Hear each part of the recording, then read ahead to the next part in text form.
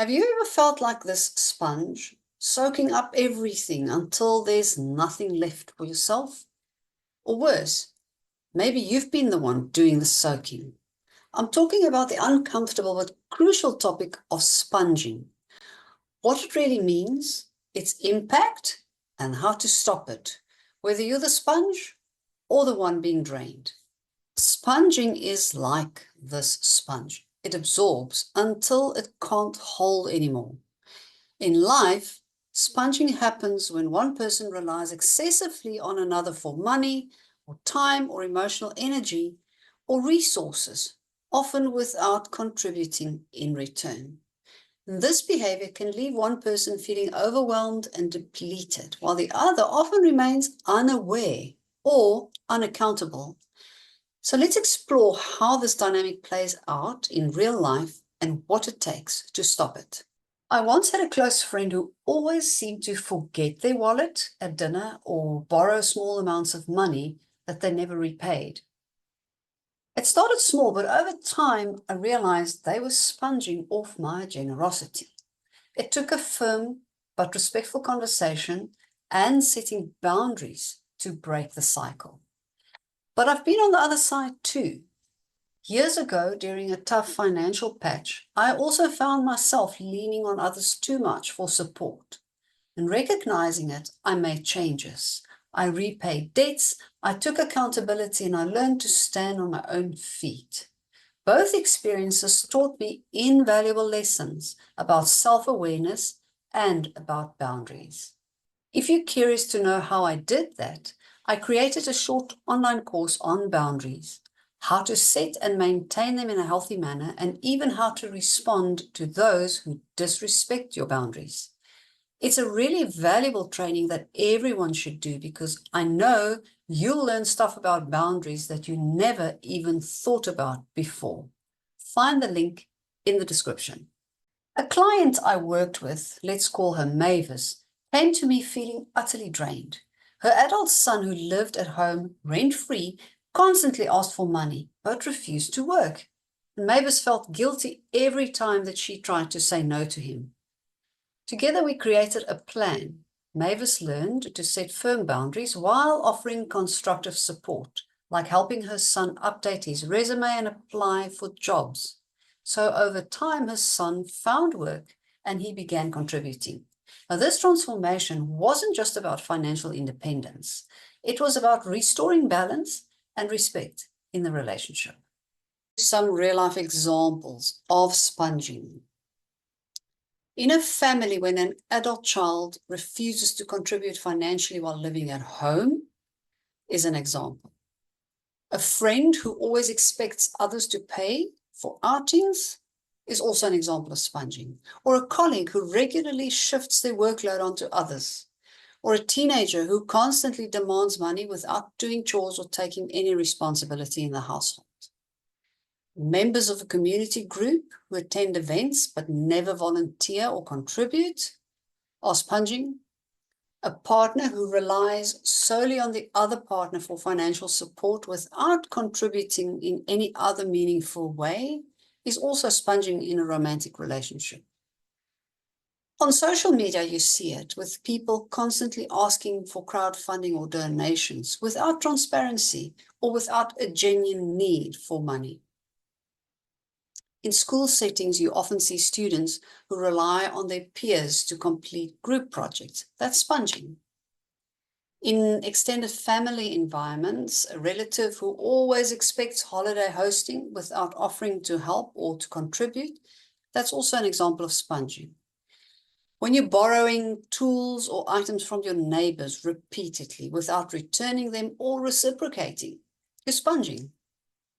And in religious or civic groups, you often see people participating in benefits or services, but they never give anything back to the organization.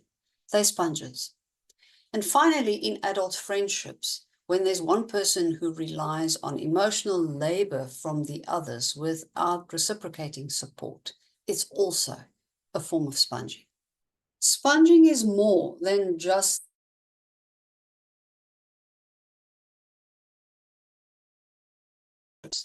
it harms individual well-being and your personal growth on both sides of the fence, actually.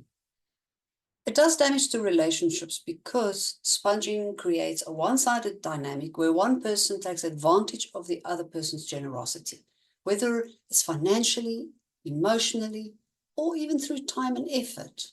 Because over time, this imbalance erodes trust and mutual respect, two pillars that are essential to healthy relationships. And the giver may feel exploited or undervalued, while the taker might grow blind to the burden that they're imposing. And that only further widens the gap between the two people in the relationship. It also breeds resentment. The person being sponged off often starts to harbor feelings of frustration, anger, or even betrayal. And these feelings can fester and grow into resentment, which makes open communication and resolution more challenging. Resentment not only strains a relationship, but it can also spill over into other areas of life, affecting overall mental and emotional health. Sponging also does harm to the person who sponges off others. For this person, this behavior fosters dependency and entitlement. They may become complacent, avoiding responsibility or growth opportunities. And this reliance on others for support weakens their own ability to develop essential life skills like financial management, emotional regulation, and problem solving. So in the long run, the sponger might find themselves isolated or unable to cope when that support that they've been relying on for so long is withdrawn. It also leads to stress, frustration, and even burnout. The giver often experiences stress and frustration from constantly meeting demands without reciprocation.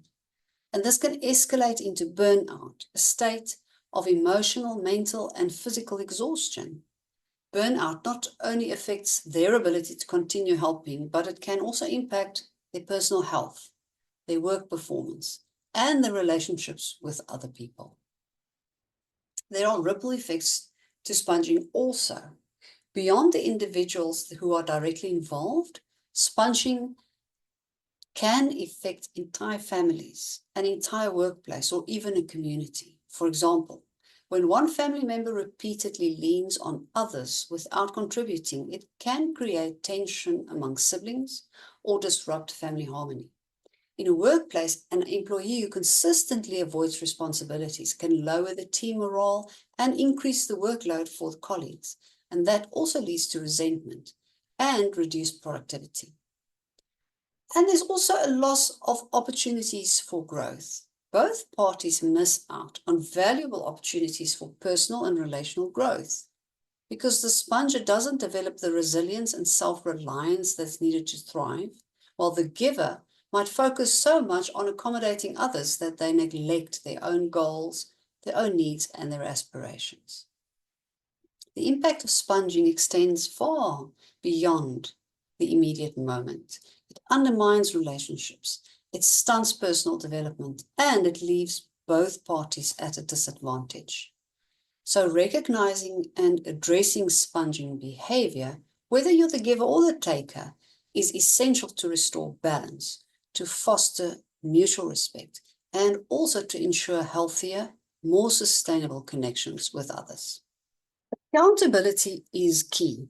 Ask yourself, am I contributing as much as I'm taking? And if you find that you've been sponging off others, here's what you do. Acknowledge it openly, apologize sincerely, and offer to make amends, whether by repaying debts or contributing more in other ways. And also commit to self-reliance and mutual respect moving forward. When someone is sponging off you, addressing the issue with kindness and firmness can preserve the relationship while setting healthy boundaries. And here are 5 different examples of what to say in various situations. In a general relationship, you can say, I value our relationship, but I've noticed a pattern that's starting to feel unfair. I'd like to talk about how we can make things more balanced moving forward. To a family member, you can say something like this. I care about you and I want to support you, but I also need to feel like there's mutual effort. Let's talk about ways that you can contribute more, whether it's financially, emotionally, or perhaps by helping out. To a friend, you can say this: "You're really important to me, but I've noticed I've been covering for you a lot recently, whether it's splitting bills or lending money. I would appreciate it if we could discuss ways to make things more even."